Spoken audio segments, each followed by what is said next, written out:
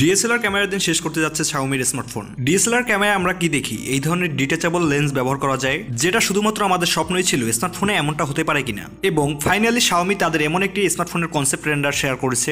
আপনারা অনেকেই হয়তো দেখেছেন, যেখানে দেখা যায় Xiaomiর এই স্মার্টফোনের রেয়ারে একটি ডিটাচেবল লেন্স সেট করা যাবে। এখন অনেকেই হয়তো ভাববে 1500-1000 টাকা দামের যে ক্লিপ সহ ছোট লেন্সগুলো রয়েছে, আমি হয়তো তার কথা বলছি। বিষয়টা মোটেও ওই রকম না। এই ফোনটিতে সরাসরি একটি মিররলেস ক্যামেরাতে যেভাবে লেন্স ব্যবহার করি, এক্স্যাক্টলি সেইভাবেই ব্যবহার করা যাবে। Xiaomi 12S Ulta concept phone নিয়ে আমি বলছিলাম। তো এই স্মার্টফোনে Xiaomi দেখিয়েছে এরকম একটা লেন্স ব্যবহার করা যাবে।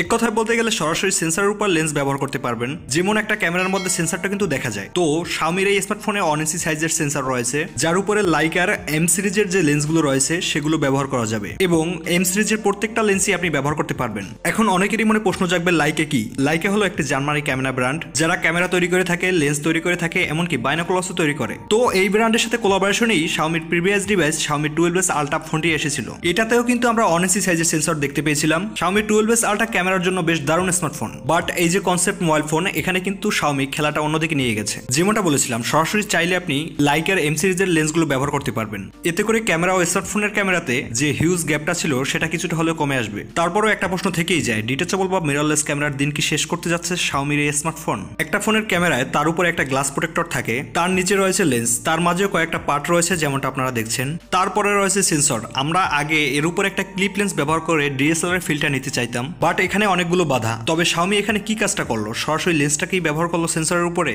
তো এবার লেন্সের মধ্য দিয়ে যে আলোটা এসেছে সেটা গিয়ে ডিরেক্টলি হিট করছে সেন্সরের উপরে, এবং আপনি একটা ডিএসএলআর কোয়ালিটির ছবি বা ভিডিও পেতে পারেন। বাট কিভাবে পাবেন? ডিএসএলআর আমরা দেখতে পাই যেখানে অনেক ধরনের লেন্স ব্যবহার করা যায়। আপনার মন মতন আপনি লেন্স ব্যবহার করে আলাদা আলাদা রকমের ফিল পেতে পারেন। যেমন ধরুন, এই যে একটা জুম লেন্স, আপনারা এটা ব্যবহার করে আল্ট্রা হোয়াইটের ছবি বা ভিডিও নিতে পারেন। তো এই লেন্সটা যখন আমরা Xiaomiর কনসেপ্ট ফোনে ব্যবহার করব, তখন রেজাল্টটা কিন্তু এরকমই চলে আসবে। তো তাদের ভিডিও থেকে দেখলাম তারা এই ফোনটি থেকে অনেক ডিটেলসে ছবি তুলতে পারছে। ব্যাকগ্রাউন্ড একদমই ব্লার, যে বিষয়টা আমরা করতে দেখি স্মার্টফোনের ডেপথ সেন্সরে। যদিও সেটা বেশি কাজের হয় না, সফটওয়্যার দিয়ে করা হয়, যে কারণে ডিটেলসটা ঠিকভাবে পাওয়া যায় না। বাট Xiaomiর এই ফোনে অপটিক্যালি বিষয়টা করা হয়েছে, তো আপনি কিন্তু একদম মিররলেস ক্যামেরার ফিলটা পেয়ে যাবেন। বাট এই সময় দাঁড়িয়ে আমরা যে ধরনের ক্যামেরা পাচ্ছি, এই ক্যামেরাগুলো একদম অন্য লেভেলের। তো Xiaomiর এই স্মার্টফোনে হয়তো আমরা 1 ইঞ্চি সাইজের সেন্সর দেখতে পাবো, লেন্সও ব্যবহার করা যাবে, তারপরেও এই ধরনের ক্যামেরার সাথে কম্পেয়ার করতে পারবেন না, কারণ এটা আসলে একটা ডেডিকেটেড ক্যামেরা। আর এটা একটা স্মার্টফোন যার মধ্যে ক্যামেরা নামক একটি ফিচার দেওয়া হয়েছে, যেটা থেকে আপনি অন্য সকল স্মার্টফোনের তুলনায় ভালো একটা ছবি নিতে পারবেন।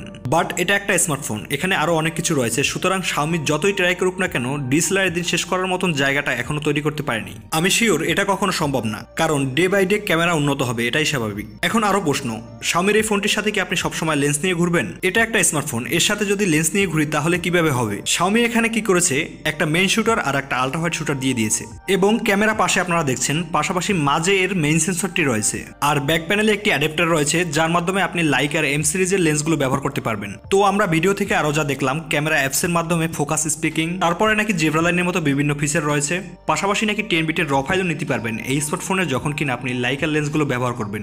সত্যি বলতে এটাই ডিএসএলআর ও স্মার্টফোনের মধ্যে ক্যামেরার যে হিউজ গ্যাপটা রয়েছে, এটা হয়তো Xiaomi এবার কমিয়ে আনতে চলেছে। তবে দিন শেষে একটা প্রশ্ন থেকেই যায়, যেহেতু এটা একটা কনসেপ্ট স্মার্টফোন, এটা কি Xiaomi বাজারে নিয়ে আসবে? এটা এখন শিওর ভাবে বলা যাচ্ছে না, হয়তো দেখবেন অল্প কিছু ইউনিট মার্কেটে নিয়ে আসতে পারে Xiaomi। তবে ইন ফিউচার আমরা অন্য সকল ব্র্যান্ডের থেকে এমন কিছু বাজারে দেখবো বলে আশা করা যায়। সো ফ্রেন্ডস, এই ছিল Xiaomi থেকে পাওয়া কনসেপ্ট রেন্ডার অনুযায়ী Xiaomi 12S Ulta কনসেপ্ট ফোনের বিস্তারিত। আশা করি আপনারা বিষয়টা সহজভাবে বুঝতে পেরেছেন। আর Xiaomi থেকে পাওয়া এই ফোনটির আপডেটগুলি আমাদের চ্যানেল থেকে অবশ্যই আপনাদের জানিয়ে দেওয়া হবে। সো ভাই ব্রাদার, আমাদের এই ভিডিওটি ভালো লাগলে অবশ্যই একটি লাইক দিবেন, আর আমাদের চ্যানেলের আপডেটগুলো সবার আগে পেতে চ্যানেলটি সাবস্ক্রাইব করে বেল আইকনটি বাজিয়ে নিন। আজকের মতো বিদায় নিচ্ছি, দেখা হবে আবার কোনো একটা আপডেট স্মার্টফোন টেক রিভিউতে। সবাই ভালো থাকবেন, সুস্থ থাকবেন।